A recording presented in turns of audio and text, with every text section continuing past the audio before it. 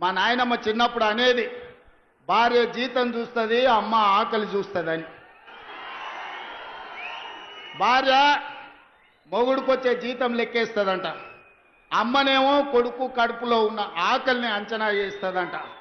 ఆ అమ్మ పాత్ర సోనియమ్మ పోషించి ఈ బిడ్డలకు ఆకలి ఉండొద్దు, ఆహార భద్రత చట్టాన్ని తేవాలి, పేదవాడిని ఆదుకోవాలని సోనియమ్మ ఆహార భద్రత చట్టం తెస్తే దొడ్డు బియ్యాన్ని సన్న బియ్యం ద్వారా ఆ ఆకలి తీర్చాలని పెద్దలు మిత్రులు ఉత్తమ్ కుమార్ రెడ్డి గారు సివిల్ సప్లైస్ కార్పొరేషన్ ద్వారా ఈ రోజు దేశంలోనే మిత్రులారా 10 ఏళ్ళు మేధావుల మన్నోళ్ళు 80,000 పుస్తకాలు చదివినోళ్ళు తెలంగాణ మూల మూలన నరాన నాకు తెలుసు ఎవరికి తెలుసు అని అడిగినోడు 10 ఏళ్ళలో ఎన్నడన్న సన్నబియ్యం పేదోళ్ళకి ఇవ్వాలని ఆలోచన చేసిండా?